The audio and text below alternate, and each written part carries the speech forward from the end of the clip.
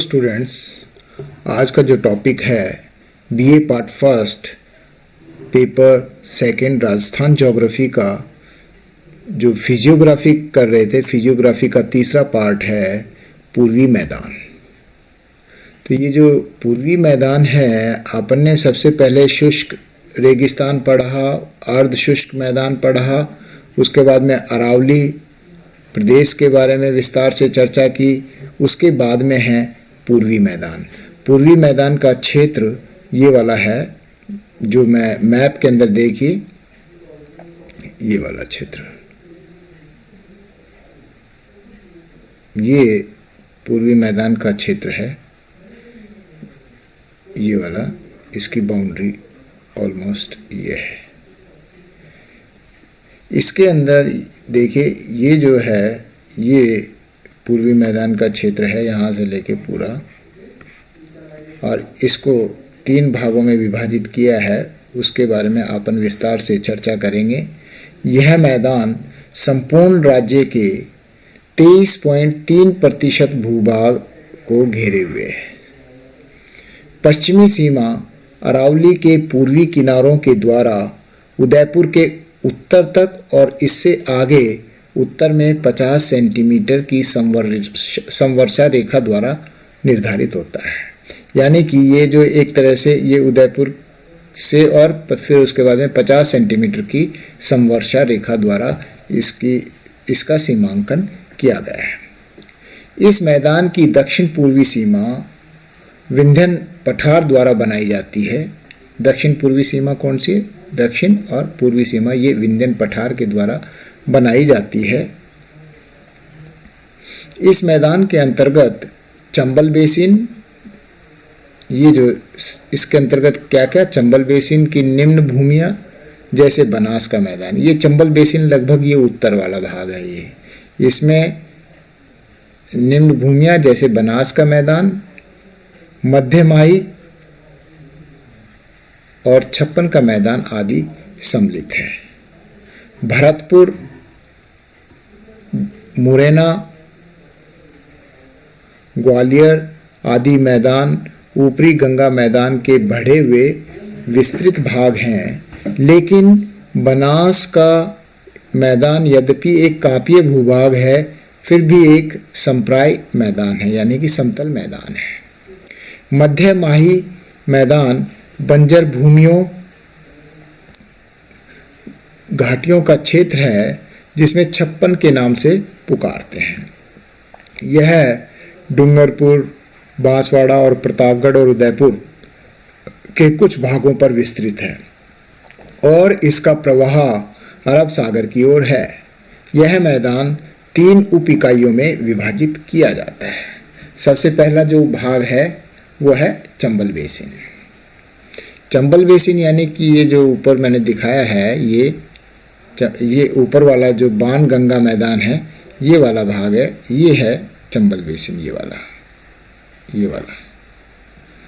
तो इसमें चंबल बेसिन के अंतर्गत राज्य में चंबल घाटी की स्थलाकृतियाँ पहाड़ियों और पठारों से निर्मित है। इसकी संपूर्ण घाटी में नवीन कांपीय मिट्टी पाई जाती है। इसमें बाढ़ के मैदान, नदी कगार, बीहड़ और अंतः सरिता आदि स्थलाकृतियाँ पाई जाती हैं, जो इस प्रदेश में काफ़ी अच्छी तरह से विकसित हुई है। कोटा, इसके अंतर्गत कौन सा? कोटा, बूंदी, टोंक, सवाई माधोपुर और धौलपुर आदि जिलों में बीहड़ों से कुल प्रभावित क्षेत्र लगभग 4500 वर्ग किलोमीटर है। यानी ये बीहड़ जो कि उबड़ खाबड़ जमीन है, चंबल नदी अपने बहाव के साथ मिट्टी का कटान करती है, उससे बीहड़ों का निर्माण हो गया है। इसमें सबसे अधिक महत्वपूर्ण चंबल बीहड़ पट्टी है जो 480 किलोमीटर लंबाई में कोटा से 12 तक विस्तृत है। इसमें कोटा से धौलपुर तक एक ऊपरी विंध्यन कगार, भूमियों की अनियमित और ऊंची दीवार, बाणगंगा और यमुना के बीच जल विभाजक द्वारा अंकित है। दक्षिणी सीमा सहायक नदियों जैसे काली सिंध, पार्वती आदि के साथ बदलती रहती है। इसके आगे यह कुंवारी नदी यानी कुंवारी बीहड़ों के द्वारा चंबल के दक्षिण पश्चिमी मार्ग के साथ निरंतर 12 तक अच्छी तरह से सीमांकित है। बीहड़ों तथा यमुना घाटी के बीच तथा चंबल और कुंवारी के बीच के मैदानी क्षेत्र कृषि के अंतर्गत आते हैं। तो ये तो हुआ चंबल बेसिन का। उसके बाद में जो बनास बेसिन है, बनास बेसिन कहाँ पर है? देखिए ये इसमें ये जो बनास नदी के द्वारा ये वाला जो बनास वाला क्षेत्र है ये बनास बेसिन, और दक्षिण में छप्पन का मैदान। बनास बेसिन जो है ये पश्चिम में 50 सेंटीमीटर की समवर्षा रेखा द्वारा, दक्षिण में महान भारतीय जल विभाजक के द्वारा और उत्तर में अलवर पहाड़ी प्रदेश द्वारा तथा पूर्व में विंध्यन कगार के द्वारा सीमांकित है। बनास और इसकी सहायक नदियों द्वारा सिंचित यह मैदान दक्षिण में मेवाड़ का मैदान और उत्तर में मालपुरा करौली का मैदान कहलाता है। ये थोड़ा सा इम्पोर्टेंट, दक्षिण में मेवाड़ का मैदान और उत्तर में मालपुरा का मैदान, मालपुरा करौली का मैदान कहलाता है। मेवाड़ मैदान बनास नदी तथा इसकी सहायक नदियों जैसे खारी है, सोडरा है, मौसी है और मोरल जो बाएं किनारे पर बहती हैं, और बेडच, बाजाइन और गोलवा जो दाहिने किनारे पर मिलती हैं से सिंचित है। यह उदयपुर के पूर्वी भागों, पश्चिमी चित्तौड़गढ़, भीलवाड़ा, टोंक, जयपुर, पश्चिमी सवाई माधोपुर और अलवर के दक्षिणी भागों में विस्तृत है। इस मैदान का ढाल धीरे धीरे उत्तर व उत्तर पूर्व की ओर कम होता जाता है। इसकी औसत ऊंचाई 280 मीटर से 500 मीटर के बीच है। इनके उच्च भूभाग टीलेनुमा है, जिनके कारण इसे पिडमेंट मैदान भी कहा जाता है। इस क्षेत्र की स्थलाकृतियाँ अपर्दित स्थलाकृतियों के रूप में हैं, जिनका प्रादुर्भाव ग्रेनाइट और नीस की चट्टानों के अपर्दन के कारण हुआ है। इसके बाद में जो मालपुरा और करौली का मैदान है यह साधारणतः शिस्ट और नीस के द्वारा निर्मित है। किशनगढ़ और मालपुरा के अधिकतर भागों में कापीय जमाव की परतों की मोटाई अधिक है, जहां वे अपने नीचे अधिकांश नीस चट्टानों को छुपाए हुए हैं। इस मैदान की औसत ऊंचाई 280 से और 400 मीटर है। ये इसके बाद में जो सहभाग है मध्य माही बेसिन या छप्पन का मैदान या बागड़ क्षेत्र, ये जो मैंने नक्शे में दिखा रखा है ये वाला, ये क्षेत्र है छप्पन का मैदान वाला क्षेत्र, ये वाला, जिसमें बांसवाड़ा, डूंगरपुर, प्रतापगढ़ का क्षेत्र आता है। तो ये जो मध्य माही बेसिन या छप्पन या बांगड़ का क्षेत्र है, यह मैदान उदयपुर के दक्षिण पूर्वी बांसवाड़ा और चित्तौड़गढ़ जिले के दक्षिणी भागों में विस्तृत है। यह क्षेत्र माही और इसकी सहायक नदियों के द्वारा सिंचित है। बांसवाड़ा के अंदर जो माही डैम है वो माही नदी पर बना हुआ है। इसकी औसत ऊंचाई 200 मीटर से 400 मीटर के बीच है। मध्य माही बेसिन में मेवाड़ के उत्तरी मैदान की अपेक्षा भू आकृतियां अधिक विषम हैं। दक्षिण में स्थित क्षेत्र काफ़ी गहरा तथा कटा फटा है। यह क्षेत्र अधिक गहराई तक विच्छेदित होने के कारण इस विच्छेदित मैदान को तथा पहाड़ी भूभाग को स्थानीय भाषा में वागड़ के नाम से या बागड़ के नाम से पुकारा जाता है। जनरली वागड़ बोलते हैं इसको, वागड़ या बागड़। इसमें बांसवाड़ा व डूंगरपुर के पहाड़ी भूभाग तथा विच्छेदित मैदान को सम्मिलित किया जाता है। प्रतापगढ़ और बांसवाड़ा के बीच के भाग को बीच के भाग में 56 गांव हैं, जो कि ग्राम समूह स्थित 56 ग्राम समूह स्थित हैं, इसलिए इस भूभाग को 56 का मैदान के नाम से जाना जाता है। तो ये 56 के मैदान के ऊपर एक कुछ भी एक ऑब्जेक्टिव टाइप क्वेश्चन आ जाता है तो आपको बताना है प्रतापगढ़ और बांसवाड़ा के बीच जो 56 ग्राम समूह स्थित है उस भूभाग को 56 का मैदान कहते हैं। अब ये जो चौथा भौतिक स्वरूप है वो है इसमें दो दक्षिण पूर्वी पठार, जिसकी बाउंड्री ये वाली है नक्शे के अंदर। ये पठारी भूमि है, इसको दो भागों में विभाजित किया जाता है और ये एक तो विंध्यन कगार भूमि और दूसरा है दक्कन का लावा पठार। तो ये दक्षिण पूर्वी पठार, इसको हाड़ौती पठार के नाम से भी जाना जाता है। राजस्थान में यह पठार मेवाड़ मैदान के दक्षिण पूर्व में चंबल नदी के सहारे पूर्वी भाग में विस्तृत है और राजस्थान के 9.6% भूभाग को घेरे हुए है। टोटल एरिया है 9.6%।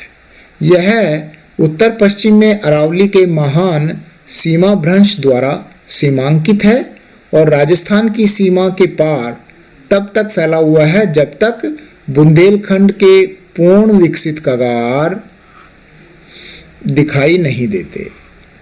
हाड़ौती पठार के अंतर्गत ऊपरमाल का पठार और मेवाड़ का पठार, जिसमें राजनीतिक दृष्टि से झालावाड़ से बूंदी और कोटा, चित्तौड़गढ़, भीलवाड़ा और बांसवाड़ा के कुछ भाग सम्मिलित हैं। यह पठारीय भाग आगे चलकर मालवा के पठार में मिल जाता है। इस क्षेत्र का अधिकांश भाग चंबल और उसकी सहायक नदियों द्वारा, जैसे काली सिंध है, परवान है, पार्वती है आदि के द्वारा सिंचित है। ये नदियों के बारे में जब नदियों का टॉपिक आएगा तो अपन विस्तार से चर्चा करेंगे। कौन सी चंबल नदी की जो सहायक कौन कौन सी नदियां हैं, कौन से छोर से कौन सी आके मिलती हैं, ये नदियों के टॉपिक में कवर करेंगे। अतः कृषि के संदर्भ में भी यह राजस्थान का महत्वपूर्ण भाग है। इस भूभाग का ढाल दक्षिण से उत्तर की ओर क्रमशः है।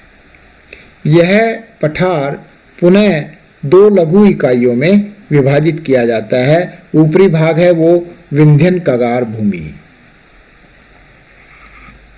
यह कगार भूमि क्षेत्र बड़े बड़े बलुआ पत्थरों से निर्मित है जो सलेटी पत्थरों के द्वारा पृथक से दिखाई देता है।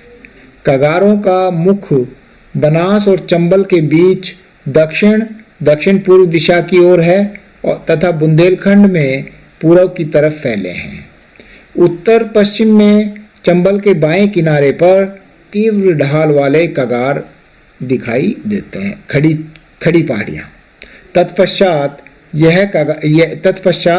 एक कगार खंड स्थित है जो धौलपुर और करौली के क्षेत्रों पर फैला है। इस क्षेत्र का कगार भूमियों की ऊंचाई 350 से 550 मीटर के बीच है। तो ये जो है विंध्यन कगार, उसके बाद में दक्कन का लावा पठार, ये जो मध्य प्रदेश के विंध्यन पठार के पश्चिमी भाग 3 सकेंद्रीय कगारों के रूप में विस्तृत हैं। यह 3 सकेंद्रीय कगार 3 प्रमुख बलुआ पत्थरों की परिव्यक्त शिलाओं के बीच बीच में सलेटी पत्थर भी मिलते हैं। दक्षिण पूर्वी राजस्थान की यह भौतिक इकाई ऊपरमाल के नाम से जानी जाती है। ऊपरमाल यानी कि उच्च पठार या पथरीला पठार। यह एक विस्तृत और पथरीली भूमि है जिसमें कोटा व बूंदी के पठारी भाग भी सम्मिलित हैं। इसमें देखिए ये जो मैंने दो भागों में ये जो दक्कन का ये वाला भाग है, इस भूभाग में नदी घाटियों में कहीं कहीं काली मिट्टी के क्षेत्र भी मिलते हैं। अपर्दन पुरानी भूमि सतह को अनावृत करता है, जिससे यह स्पष्ट होता है कि पुरानी स्थलाकृति का धरातल काफ़ी हद तक वर्तमान स्थलाकृति के अनुरूप था। चंबल और इसकी सहायक नदियों के द्वारा, जैसे सहायक नदी कौन सी, काली सिंध और पार्वती ने कोटा में एक त्रिकोणीय कांपीय बेसिन का निर्माण किया है जिसकी औसत ऊंचाई 210 मीटर से 275 मीटर के बीच है। बूंदी व मुकंदवाड़ा की पहाड़ियाँ इसी पठारीय भाग में हैं। नदियों ने इस पठारीय भूभाग को काट काट कर काफ़ी हद तक विच्छेदित और अपरदित कर दिया है। तो इस प्रकार से हमने ये जो राजस्थान का भौतिक स्वरूप के बारे में विस्तार से चर्चा की है। इसमें ये सबसे पहले शुष्क रेगिस्तान और फिर उसके बाद में अर्ध शुष्क रेगिस्तान, शुष्क रेगिस्तान, फिर अर्ध शुष्क रेगिस्तान, ये दोनों मरुस्थल के भाग हो गए। उसके बाद में तीसरा है अरावली पर्वतीय श्रृंखला। अरावली पर्वतीय श्रृंखला के बाद में ये जो भाग है जिसके इसमें अरावली पर्वतीय श्रृंखला के बाद में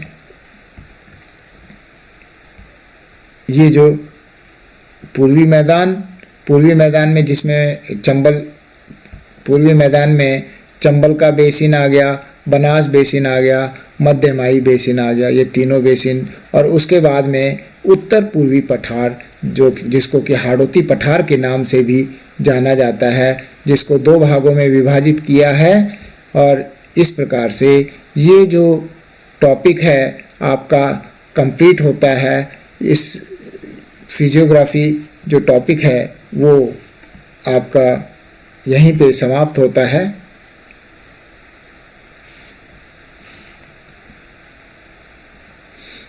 इसलिए ये इसमें थोड़ा प्रॉब्लम आ रही है। Thank you. ये इस पे आपके क्वेश्चन तैयार कर लीजिए। वैसे इसमें जो फिजियोग्राफी वाला टॉपिक है इसमें सबसे इम्पोर्टेंट बनता है मरुस्थलीय क्षेत्र और अरावली पर्वतीय क्षेत्र। इन दोनों पे क्वेश्चन, इन दोनों में से एक क्वेश्चन आपको देखने को मिलेगा परीक्षा की दृष्टि से। और कॉम्पिटिटिव एग्जाम्स में आपको ये चारों में से इसमें से बहुत बारीकी से नदियों के बारे में और इनकी भूमि और यहाँ की मिट्टी के बारे में विस्तार से क्वेश्चंस मिलते हैं। तो स्टूडेंट्स ये टॉपिक आपका कंप्लीट होता है। Thank you. जय हिंद।